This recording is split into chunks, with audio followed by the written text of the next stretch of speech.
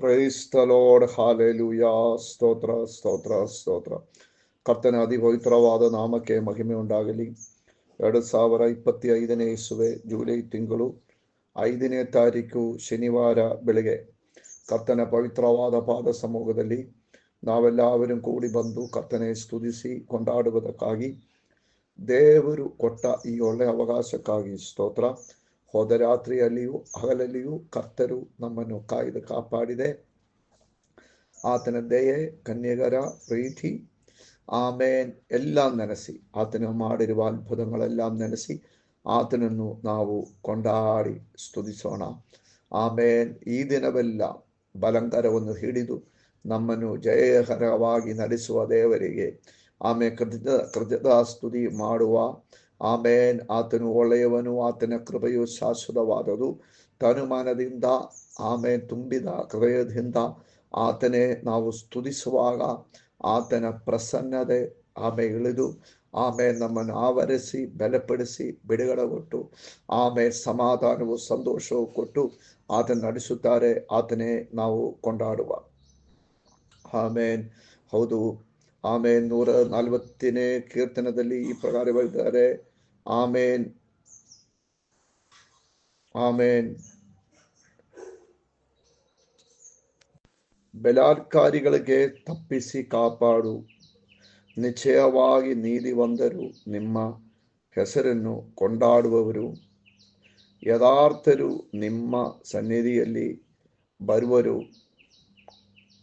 ಆಮೇನ್. ಪ್ರಾರ್ಥನೆ ಮಾಡೋಣ. ನಮ್ಮನ್ನು ಹೆಚ್ಚಾಗಿ ಪ್ರೀತಿ ಮಾಡುವ ನಮ್ಮ ತಂದೆಯಾಗಿರುವ ದೇವರೇ, ಕರ್ತನೆ ಆಶೀರ್ವದಿಸಲ್ಪಟ್ಟಿರುವ ಒಳ್ಳೆಯ ಸಮಯದಲ್ಲಿ ದೇವರ ಪವಿತ್ರವಾದ ಪಾದ ಸಮ್ಮುಖದಲ್ಲಿ ನಾವೆಲ್ಲರೂ ಕೂಡಿ ಬಂದು ಕರ್ತನನ್ನು ಸ್ತುತಿಸಿ ಕೊಂಡಾಡುವುದಕ್ಕಾಗಿ ದೇವರು ನಮ್ಮ ಜೀವಮಾನದಲ್ಲಿ ಕೊಟ್ಟಿರುವ ಒಳ್ಳೆಯ ಅವಕಾಶಕ್ಕಾಗಿ ಸ್ತೋತ್ರ. ಹೋದ ರಾತ್ರಿಯಲ್ಲಿಯೂ ಹಗಲಲ್ಲಿಯೂ ಎಲ್ಲ ಕರ್ತರು ನಮ್ಮನ್ನು ಕಾಯ್ದು ಕಾಪಾಡಿದರು. ಆತನ ಕೃಪೆಗಾಗಿ ಸ್ತೋತ್ರ, ದಯಕ್ಕಾಗಿ ಸ್ತೋತ್ರ. ಆಮೇಲೆ ಈ ದಿನವೂ ದೇವರು ನಮ್ಮ ಮಧ್ಯದಲ್ಲಿ ದೊಡ್ಡ ಕಾರ್ಯಗಳು ಮಾಡುತ್ತಾರೆ. ನಂಬಿಕೆಯಿಂದ ನಾವು ಕರ್ತನ ಮುಖವನ್ನು ನೋಡೋಣ. ಪ್ರತಿಯೊಂದು ಕುಟುಂಬಗಳು ಯೇಸುವಿನ ನಾಮದಲ್ಲಿ ಇವತ್ತು ಬಿಡುಗಡೆ ಹೊಂದಿಕೊಳ್ಳುವಂತೆ ಪ್ರಾರ್ಥಿಸುತ್ತೇನೆ. ದಾರಿ ತಪ್ಪಿ ಹೋಗಿರುವ ಮಕ್ಕಳುಗಳು ತಿರುಗ ಬರುವಂತೆ ಪ್ರಾರ್ಥನೆ ಮಾಡುತ್ತೇನೆ. ಕಾಯಿಲೆ ಕಷ್ಟಗಳಲ್ಲಿ ನರಳಾಡುವ ಮಕ್ಕಳುಗಳಿಗೆ ಪರಿಪೂರ್ಣವಾದ ಬಿಡುಗಡೆ ಉಂಟಾಗುವಂತೆ ಪ್ರಾರ್ಥಿಸುತ್ತೇನೆ. ಸಾಲ ಭಾರಗಳಲ್ಲಿ ನರಳಾಡುವವರೆಗೂ ಬಿಡುಗಡೆ ಆಗಲಿ. ಕೆಲಸ ಜಾಗದಲ್ಲಿಯೂ ಬಿಸಿನೆಸ್ ಅಲ್ಲಿಯೂ ಫೈನಾನ್ಷಿಯಲ್ ಕ್ರೈಸಿಸ್ಗಳು ನೀಗಲಿ. ಕರ್ತನ ಮಹಿಮೆಯು ಎಲ್ಲ ಕಡೆಯೂ ಅರಳಲಿ. ಮಕ್ಕಳ ಎಜುಕೇಷನ್ಗಳು, ಕೆಲಸಗಳು, ಮದುವೆಗಳು ನಡೆಯಲಿ. ಕರ್ತಾವೇ, ನಿಮ್ಮ ನಾಮದಲ್ಲಿ ಬಿಡುಗಡೆಗಳು ಉಂಟಾಗಲಿ. ಸಾತಾನನ ಬಂಧನಗಳು ಬಿಚ್ಚಲ್ಪಡಲಿ. ಕಟ್ಟುಗಳು ಮುರಿದು ಕರ್ತನೆ ಜನರನ್ನು ಬಿಡಿಸು. ನಿಮ್ಮ ನಾಮವು ಎಲ್ಲ ಕಡೆ ಮಹಿಮೆ ಆಗುವಂತೆ, ಸ್ತುತಿಸಲ್ಪಡುವಂತೆ ದೇವರೇ ಅದ್ಭುತಗಳು ಮಾಡು ಸ್ವಾಮಿ. ಪ್ರತ್ಯೇಕವಾಗಿ ಆಮೇನ್. ಕರ್ತಾವೇ, ರೋಗಿಗಳಿಗಾಗಿ ಪ್ರಾರ್ಥಿಸುತ್ತೇನೆ. ಎಲ್ಲ ರೋಗದ ಬಂಧನಗಳು ಮುರಿದು ಹೋಗುವಂತೆ, ರೋಗ ಶಕ್ತಿಗಳು ಮುರಿದು ಹೋಗುವಂತೆ ಪ್ರಾರ್ಥನೆ ಮಾಡುತ್ತೇನೆ. ಅದೇ ಹೊಟ್ಟೆಯಲ್ಲಿ ಇರುವ ಎಲ್ಲ ಅಲ್ಸರ್ ಸೌಖ್ಯವಾಗಲಿ. ಕ್ಯಾನ್ಸರ್, ಹೊಟ್ಟೆ ಕ್ಯಾನ್ಸರ್ಗಳು ಸೌಖ್ಯವಾಗಲಿ. ಪೂರ್ಣ ಬಿಡುಗಡೆ ಉಂಟಾಗಲಿ ಎಂಬ ಪ್ರಾರ್ಥಿಸುತ್ತೇನೆ. ಕರ್ತನ ಸೇವೆ ಮಾಡುವ ಸೇವಕರಿಗಾಗಿ ಸ್ತೋತ್ರ. ಒಂದು ದೊಡ್ಡ ಜೀವನವನ್ನು ನಾವು ಎದುರು ನೋಡುತ್ತೇನೆ ಸ್ವಾಮಿ. ಜೀವನವನ್ನು ನಮ್ಮ ದೇಶಕ್ಕೆ ಕಳಿಸು. ಶಿಲುಬೆಯ ಸಂದೇಶ ಎಲ್ಲ ಕಡೆಯೂ ಸಾರಲ್ಪಡಬೇಕು. ಸಕಲ ಮಾನವ ಜಾತಿಯು ಕ್ರಿಸ್ತನ ಕಡೆಗೆ ತಿರುಗಬೇಕು. ಜೀವನ ಉಂಟಾಗಬೇಕು. ಅದಕ್ಕಾಗಿ ಪ್ರಾರ್ಥನೆ ಮಾಡುತ್ತೇನೆ ಸ್ವಾಮಿ. ಪ್ರಾರ್ಥನೆ ಕೇಳಿದಕ್ಕಾಗಿ ಸ್ತೋತ್ರ. ಯೇಸು ಕ್ರಿಸ್ತರ ಮುತ್ತು ನಾಮದಲ್ಲಿ ತಂದೆ. ಪ್ರಿಯರೇ, ಮಂಡೇ ಇಂಡಿಯನ್ ಟೈಮ್ 9 ನಮ್ಮ ಸ್ಪೆಷಲ್ ಮೀಟಿಂಗ್ ಉಂಟು. ನೀವೆಲ್ಲವരും ಅದರಲ್ಲಿ ಪಾಲ್ಗೊಳ್ಳಬೇಕು. ಇವತ್ತ ಚಿಂತಕ್ಕಾಗಿ 1 ಸಾಮುವೇಲನ ಪ್ರವಾದನ ಗ್ರಂಥ 2:30 ಅಲ್ಲಿ ಬರೆದಿರುವುದು,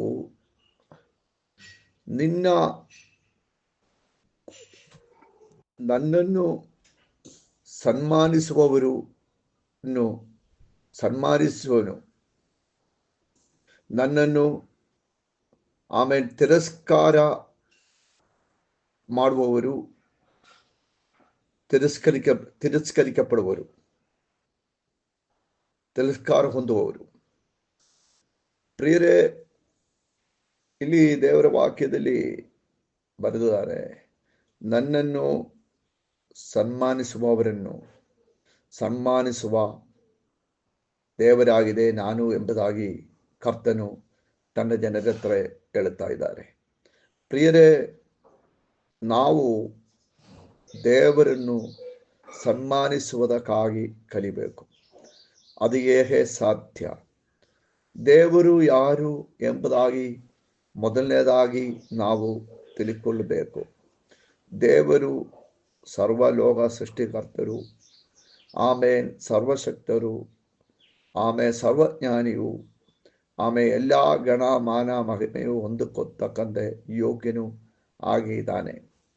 ಆ ದೊಡ್ಡ ದೇವರನ್ನು, ಆ ದೇವರ ದೊಡ್ಡ ಸ್ಥಿತಿಗೆ ತಕ್ಕಂತೆ ನಾವು ಆದರಿಸಬೇಕು, ಬಹುಮಾನಿಸಬೇಕು, ಸನ್ಮಾನಿಸಬೇಕು. ಆಮೇನ್ ದೇವರನ್ನು ನಾವು ತಿರಸ್ಕಾರ ಮಾಡಿದರೆ ದೇವರು ನಮ್ಮನ್ನು ತಿರಸ್ಕಾರ ಮಾಡುವನು. ಪ್ರಿಯರಾದ ದೇವರ ಮಕ್ಕಳೇ, ಆಮೇನ್ ಆಧರಣೆ ಎಂಬುದಾಗಿರುವುದು ಆಮೇನ್ ಕೊಡುವಾಗ ಸಿಕ್ಕುವುದಾಗಿದೆ. ಆಮೇನ್ ನಾವು ದೇವರು ಇಟ್ಟುಕೊಂಡ ಎಲ್ಲ ಅಧಿಕಾರಗಳನ್ನು ಆಧರಿಸಬೇಕು. ದೊಡ್ಡವರು, ಹಿರಿಯವರು, ತಂದೆ ತಾಯಿಗಳು, ಆಮೇಲೆ ಸೇವಕರು, ಆಮೇನ್ ರಾಜ್ಯದ ನೇಮಾಧಿಕಾರಿಗಳು, ಆಮೇನ್ ಇವರೆಲ್ಲವರನ್ನು ನಾವು ಆಧರಿಸಬೇಕು. ಯಾಕೆಂದರೆ ದೇವರು ನಮಗೆ ಆಮೇನ್ ಆದರಣೆ ಮಾಡಬೇಕು, ಅವರನ್ನು ಆದರಣೆ ಮಾಡಬೇಕು ಎಂಬುದಾಗಿ ಅಪ್ಪಣೆ ಕೊಟ್ಟಿದ್ದಾರೆ. ಹೆಂಡತಿ ಗಂಡನನ್ನು, ಗಂಡನು ಗಂಡತಿಯನ್ನು ಆಧರಿಸಬೇಕು. ಆಮೇನ್ ಮಕ್ಕಳು ತಂದೆ ತಾಯಿಗಳನ್ನು ಆಧರಿಸಬೇಕು. ಈ ರೀತಿಯಲ್ಲಿ ಆದರಣೆ ನಾವು ಕೊಡಬೇಕು. ಆಮೇನ್ ದೇವರ ಮುಂದೆ ಯಾರನ್ನು ನಾವು ತಿರಸ್ಕಾರ ಮಾಡಬಾರದು. ಯಾಕೆಂದರೆ ಕ್ರಿಸ್ತರನ್ನು ಆಧರಿಸುವುದು ಎಂಬುದಾಗಿ ಹೇಳಿದರೆ ಕರ್ತನು ಹೇಳಿದರು, ನನ್ನ ಮುಂದೆ ನಿಮ್ಮ ಮುಂದೆ ನಾನು ನನ್ನನಾಗಿಯೂ ಆಮೇನ್ ದರಿದ್ರನಾಗಿಯೂ ಕೈದಿಯಾಗಿಯೂ ರೋಗಿಯಾಗಿಯೂ ಬಂದರು. ಹಾಗೆ ಇದ್ದರೆ ಬೆಲಹೀನರಿ ಆಗಿರುವ ಮನುಷ್ಯರನ್ನು ಹಲವಾರು ಸಾರಿ ನಾವು ತಿರಸ್ಕಾರ ಮಾಡುತ್ತಾರೆ, ನಿಂದಿಸುತ್ತಾರೆ. ಅವ್ರಿಗೂ ನಾವು ಏನು ಕೊಡುವುದಿಲ್ಲ, ಸನ್ಮಾನವನ್ನು ಕೊಡುವುದಿಲ್ಲ. ಆದರೆ ಅದೆಲ್ಲ ಕ್ರಿಸ್ತನಾಗಿದ್ದರು.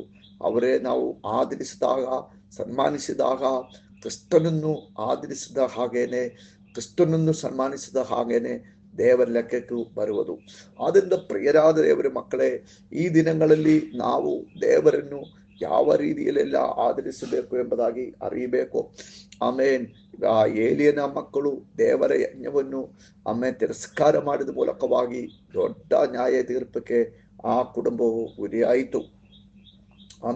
ಆದರೆ ವಸ್ತಿ ಎಂಬುದಾಗಿರುವ ರಾಜ್ಞಿಯು ಅಗಸ್ವೇರೋಸ್ ರಾಜನೇ ತಿರಸ್ಕಾರ ಮಾಡಿದ ಮೂಲಕವಾಗಿ ಸನ್ಮಾನಿಸದಿರುವುದ ಮೂಲಕ ಅವಳ ಪದವಿಯು ನಷ್ಟವಾಯಿತು. ಈ ರೀತಿಯಲ್ಲಿ ಬಹಳ ಉದಾಹರಣೆಗಳು ಬೈಬಲಲ್ಲಿ ಉಂಟು. ಆದರೆ ದೇವರನ್ನು ಆಧರಿಸುವವರೇ ದೇವರು ಆಧರಿಸಿರುವ ಎಷ್ಟೋ ಸಂದರ್ಭಗಳು ಉಂಟು. ಹೌದು, ದೇವರನ್ನು ಆಧರಿಸಿ ಮನುಷ್ಯನ ಮುಂದೆ ಆಟ ಬೀಳಾದಿರುವ ಹಾಮಾನನಲ್ಲ ಮೊರ್ದೆಕಾಯಿ ದೇವರಿಂದ ಮತ್ತೆ ಸನ್ಮಾನವನ್ನು ಪಡೆದುಕೊಳ್ಳುವುದನ್ನು ಕಾಣಕ್ಕಾಗುತ್ತದೆ. ದೇವರ ಜನಕ್ಕೆ ವಿರುದ್ಧವಾಗಿರುವ ಹಾಮಾನ ಮುಂದೆ ಆಟ ಬೀಳಾದೆ ಅವನು ನಿಂದ ಮೂಲಕವಾಗಿ ಅವನು ದೇವರಿಂದ ಒಂದು ದೊಡ್ಡ ಸನ್ಮಾನವು ಹೊಂದಿಕೊಂಡಿದೆ. ನಾವು ದೇವರನ್ನು ಆಧರಿಸಬೇಕು. ನಮ್ಮ ಸಮಯ ಕೊಟ್ಟು, ನಮ್ಮ ಆರೋಗ್ಯ ಕೊಟ್ಟು, ನಮ್ಮ ಹಣದಿಂದ ನಮ್ಮ ಬುದ್ಧಿ ಜ್ಞಾನದಿಂದ ನಮಗೆ ಕೊಟ್ಟ ಎಲ್ಲದರಿಂದ ಕರ್ತನೆ ನಾವು ಆಧರಿಸಬೇಕೋ ಪ್ರಿಯರೇ, ದೇವರೇ ಸನ್ಮಾನಿಸಬೇಕೋ ಪ್ರಿಯರೇ. ಅದು ದೇವರು ನಮಗಿಟ್ಟಿರುವ ಒಂದು ದೊಡ್ಡ ಜವಾಬ್ದಾರಿಕೆ ಆಗಿದೆ. ಹಾಗೆ ನಾವು ದೇವರಿಟ್ಟಿರುವ ಅಧಿಕಾರಗಳನ್ನು ಎಳೆಯವರನ್ನು ಬೆಲಹೀನರನ್ನು ಯೇಸುವಿನ ನಾಮದಲ್ಲಿ ಆಧರಿಸುವಾಗ ಅದು ನಮ್ಮ ಜೀವನದಲ್ಲಿ ಲೆಕ್ಕಕ್ಕೆ ತರುವವನು ದೇವರಾಗಿದ್ದಾರೆ. ನಾವು ಆಧರಿಸಲ್ಪಡುತ್ತಾರೆ. ನಮ್ಮನ್ನು ದೇವರು ಆಧರಣೆ ಮಾಡುತ್ತಾರೆ. ಆದ್ದರಿಂದ ಈ ದಿನಗಳಲ್ಲಿ ದೇವರನ್ನು ಸನ್ಮಾನಿಸುವವರನ್ನು ಸನ್ಮಾನಿಸುವನು ಎಂಬುದಾಗಿರುವ ವಾಕ್ಯ ಪ್ರಕಾರ ದೇವರು ನಮ್ಮನ್ನು ಆಧರಿಸಲಿ, ಬಲಪಡಿಸಲಿ. ದೇವರನ್ನು ಸನ್ಮಾನಿಸಿಕೊಂಡು ನಮ್ಮ ಜೀವನವನ್ನು ಮಾಡೋಣ. ಈ ವಾಕ್ಯಗಳ ಮೂಲಕವಾಗಿ ದೇವರ ಪ್ರತಿಯೊಬ್ಬರನ್ನು ಬಲಪಡಿಸಲಿ. ನಾವು ಆಕಾಶದಲ್ಲಿ ನಕ್ಷತ್ರಗಳಂತೆಯೂ ಭೂಮಿಯ ಸಮುದ್ರದಲ್ಲಿಯೂ ಮರಳಂತೆ ಹೆಚ್ಚಿಕೆ ಆಗುತ್ತದೆ. We are blessed, we are really blessed, we are family blessed, highly favoured. May God bless you.